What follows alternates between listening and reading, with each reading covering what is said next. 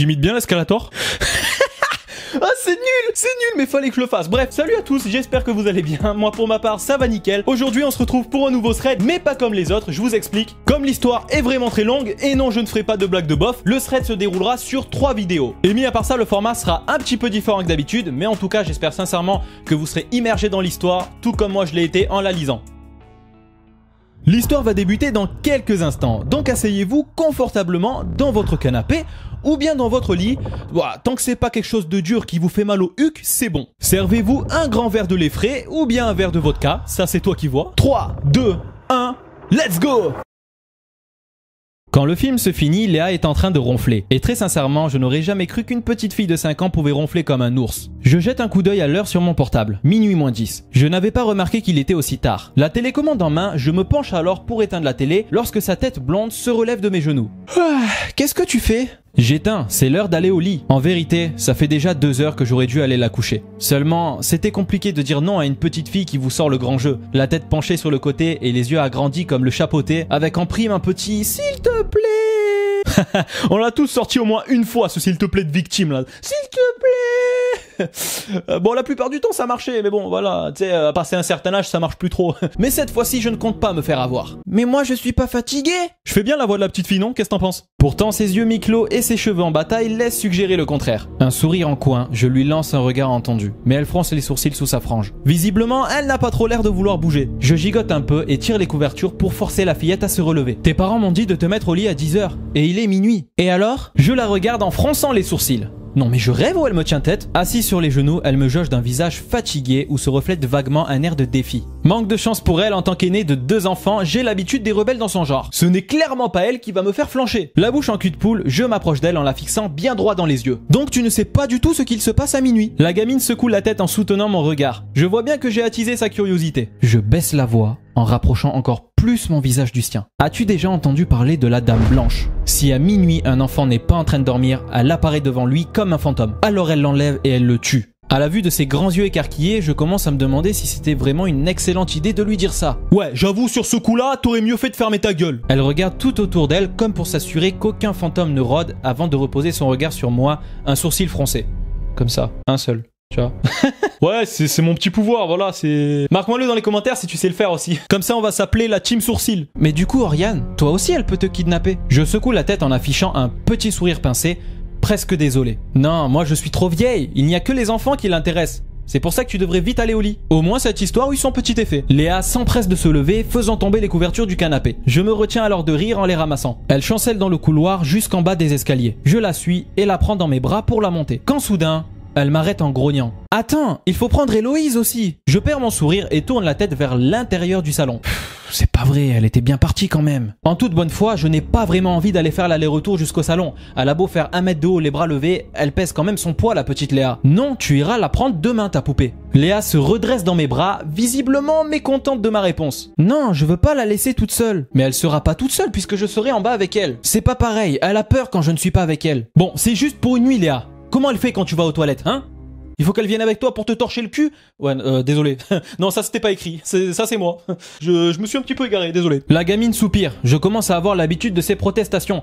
Mais si ça avait été mon frère ou ma sœur, j'aurais trouvé ça à la limite de l'insolence. Elle ne rajoute rien, mais d'un seul coup, sa figure devient un peu plus triste et elle baisse les yeux. Cette fois, ça y est, elle boude. Je lève donc les yeux au ciel et prends une grande aspiration. Bon d'accord, je monte te mettre au lit et ensuite je te ramène ta poupée. Voilà, t'es content? Tu vas arrêter de me casser les... Hein, maintenant? Ça non plus, c'était pas écrit, hein.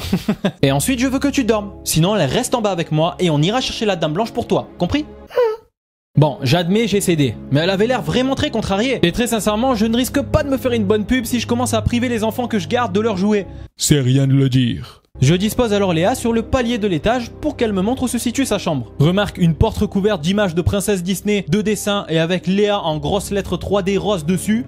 Ça faisait peu de doute sur la nature de la chose. Léa entre dans son lit et remonte la couverture jusqu'à son cou. Puis je m'assois au bord du lit pour pouvoir l'aborder comme il faut. Tu peux allumer ma veilleuse s'il te plaît? Elle désigne de la tête un petit appareil ressemblant vaguement à ce que mes parents mettaient dans le berceau de mon petit frère. Je tends le bras pour l'attraper. Tu as peur du noir? Lui demandai-je. Elle fait oui de la tête, l'air vachement gêné. Je souris alors, compatissante. J'étais pareil à son âge. Je dormais seulement si la porte de ma chambre était grande ouverte et la lumière du couloir allumée. Et ce, toute la nuit. À moi, c'était pareil. Une fois allumée, la veilleuse se met à diffuser une agréable lumière ambrée dans la pièce. Bonne nuit, fais de beaux rêves.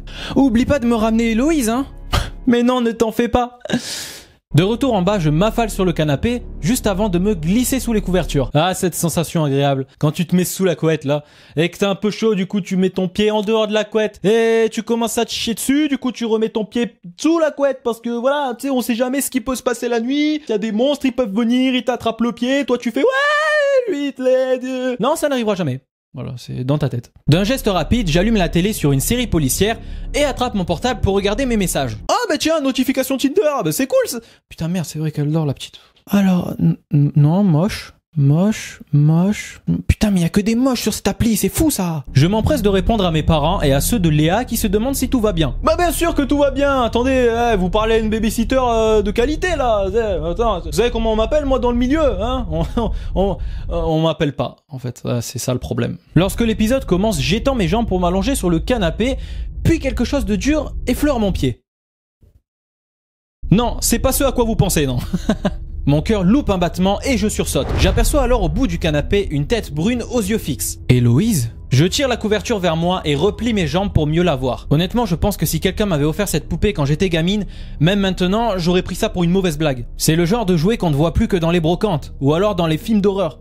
Annabelle, tu connais, hein? La poupée moche, là. Allez savoir pourquoi, mais apparemment, Léa adore cette poupée. Elle la trimballe partout avec elle depuis que je suis arrivé. Et en plus, elle me fiche les jetons. À 5 ans, j'avais un torchon comme doudou, moi. Pas une espèce de demoiselle habillée à la mode des années 1800 taille réduite. Oh, bah dis donc, ça y est, elle clash la poupée, là. Non mais sérieusement, comment est-ce qu'on peut vouloir dormir avec cette chose? Plus je regarde la poupée Héloïse bien levée au milieu des coussins du canapé, et moins je me sens à l'aise. C'est officiel, il est hors de question que je prenne cette chose dans mes bras pour la monter à Léa. Ouah, t'en fais pas tout un plat là, Oriane. C'est une poupée, hein. C'est pas Chucky, t'inquiète, elle va pas se réveiller et te mettre un coup de couteau dans le cul. De toute façon, la petite s'endormait déjà dans mes bras. Elle doit avoir sûrement sombré dans un profond sommeil. Ses parents se chargeront de la poupée. J'ai beau essayer de me concentrer sur ma série, ma main serrée sur mon portable, le regard vide de la poupée à quelques mètres me stresse. Ouais, je peux comprendre. Moi non plus, j'aime pas les poupées. Quand j'étais petit, je torturais celle de ma cousine, donc Ah bah d'ailleurs, si tu regardes cette vidéo... Voilà, bonsoir. Ouais, c'est moi qui leur enlevais les yeux et qui leur faisais des tatouages avec de la gouache. J'avance prudemment à genoux sur la banquette et m'immobilise à quelques centimètres de la poupée. Me servant alors des plaids comme un gant, j'attrape Héloïse par la taille et la retourne sur le ventre, face contre la banquette. Je décide également de la recouvrir d'un des plaids juste avant de regagner ma place. Mon attention revient alors vers la télé et en quelques minutes je suis absorbé par l'épisode, me mordant le bout du pouce par réflexe. Je ne détourne mes yeux de l'écran que pour répondre à mes messages ou bien alors pour baisser le son lorsque je crois entendre Léa à l'étage. Au bout de 20 minutes, lors de la page de publicité, je me dis qu'à présent elle doit bel et bien dormir et donc je décide de ne plus m'en inquiéter. Je soupire et décide de zapper un peu, au moins en attendant que mon programme reprenne. Je tombe alors sur des chaînes d'infos en continu et des hommes politiques en plein débat. J'appuie à nouveau sur le bouton de la télécommande, un claquement retentit et c'est le noir complet. Ah les cons, ils ont pas payé l'électricité, putain! La main sur le cœur, je me retiens de crier et attrape mon téléphone. Ouf, il fonctionne encore. Mais qu'est-ce que ça peut bien être? Une panne d'électricité? Je reste alors sans savoir quoi faire lorsqu'une voix résonne. Oriane? Apparemment Léa n'était pas aussi profondément endormie que je le pensais. Alors je me lève d'un bond, manque de me prendre un mur et me précipite vers les escaliers. Sa veilleuse serrée contre son pyjama rose, la petite fille finit par apparaître sur le palier. Il y a tout qui s'est éteint, dit-elle.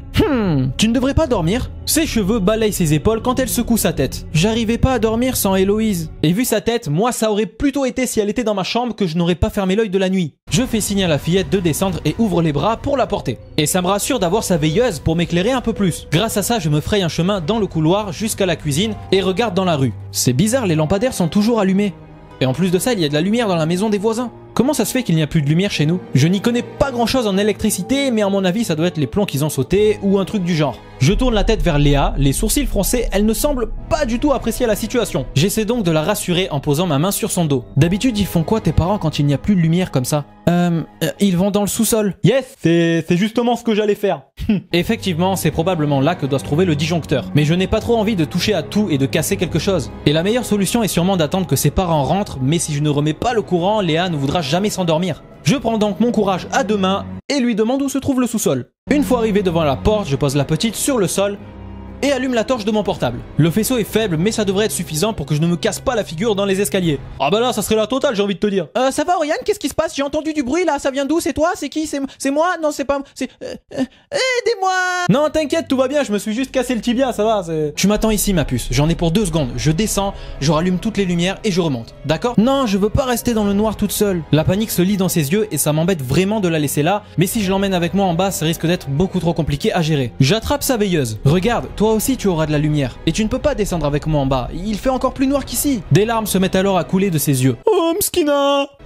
Non mais je peux pas faire ça, je suis censé m'occuper d'elle, pas la laisser ici sans surveillance. Ça serait 10 000 fois pire que de l'empêcher de dormir avec sa poupée. Héloïse! C'est bon, j'ai une idée! Et si Héloïse est avec toi, tu veux bien m'attendre en haut? Elle relève ses yeux bleus devant moi, éclairée par le bas, elle donne vraiment l'impression d'être un petit fantôme. Ouh là là, attention, il est le petit fantôme, ouh là là, ouh là là. Elle hausse des épaules, mais sa figure a l'air moins triste. Bon eh bien, allons la chercher alors. Et c'est une fin de vidéo. Merci à tous d'avoir suivi cette première partie de l'histoire. Si vous voulez savoir ce qui va se passer pour Oriane et Léa et Héloïse, hein, du coup, bah ouais, là, attendez, on va pas oublier la poupée quand même. Je sais qu'elle est moche, mais quand même. Discrimination, putain. Eh bien, il faut pour ça démonter la barre de like. Voilà, à 300 j'aime sur cette vidéo. Je vous dévoile la suite de cette histoire. En tout cas, voilà, j'espère vraiment que ça vous a plu. Si c'est le cas, ben n'hésitez pas à mettre un j'aime, du coup, à commenter la vidéo. N'hésitez pas aussi à partager et à vous abonner et à activer la cloche si c'est pas fait. Il faut activer cette putain de cloche parce que si vous l'activez pas, cette connasse, elle vous préviendra pas quand je sortirai une vidéo. N'oubliez pas de l'activer. Sur ce, je vous fais des bisous. Et à la prochaine.